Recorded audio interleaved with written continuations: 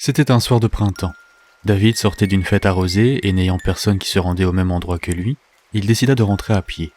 Après tout, il n'habitait pas loin, et l'air, pensait-il, lui ferait le plus grand bien. Le temps était cependant maussade.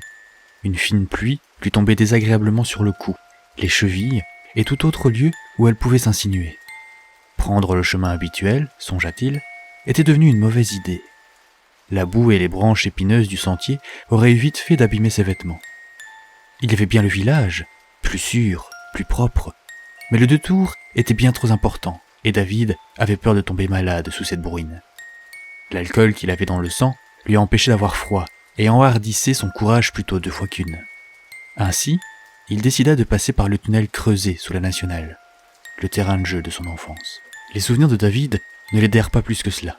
Certes, les arbres et les dalles morcelées n'avaient guère changé en 12 ans, mais il se surprit à maintes reprises à hésiter entre 2 sentiers. Le passage souterrain, se rappelait-il, se trouvait au nord-ouest du bois. Il lui suffisait de continuer dans la même direction, et dans le pire des cas, il déboucherait sur une route ou sur une prairie.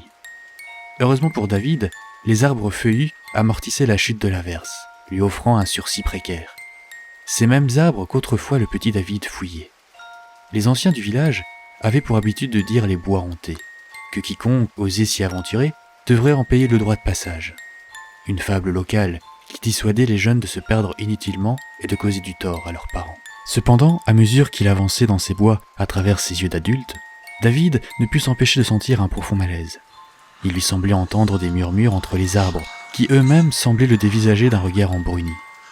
David accéléra inconsciemment le pas. Le vent froid et humide s'engouffra çà et là et lui colla sa chemise contre sa peau, lui arrachant une moue déplaisante. Quand une main vint se poser sur son épaule. Elle était aussi légère qu'une plume, et douce que la soie. Pourtant David se sentait irrémédiablement immobile. Pétrifié par la peur, ou pris d'une pulsion primitive, il se retourna pour dévoiler son ravisseur. Mais il ne put contempler que l'effrayante vérité du vide. Seule l'obscurité ambiante l'entourait, délimitée par le tronc des arbres silencieux et de sa vue troublée. Lorsque David franchit le tunnel, il tomba sur un résident local et sa lampe torche. Il le dévisagea de manière curieuse, et tandis que David le dépassait, l'homme lui adressa la parole. « Il semblerait que votre ombre vous aime bien. » David ne répondit pas et s'empressa de rejoindre l'agglomération. Hallucination, sensation, illusion, tant d'arguments que la logique offrait en représailles à la folie. Pourtant, lorsque David se déshabilla dans sa salle de bain, il remarqua la trace d'une main tortueuse sur son épaule.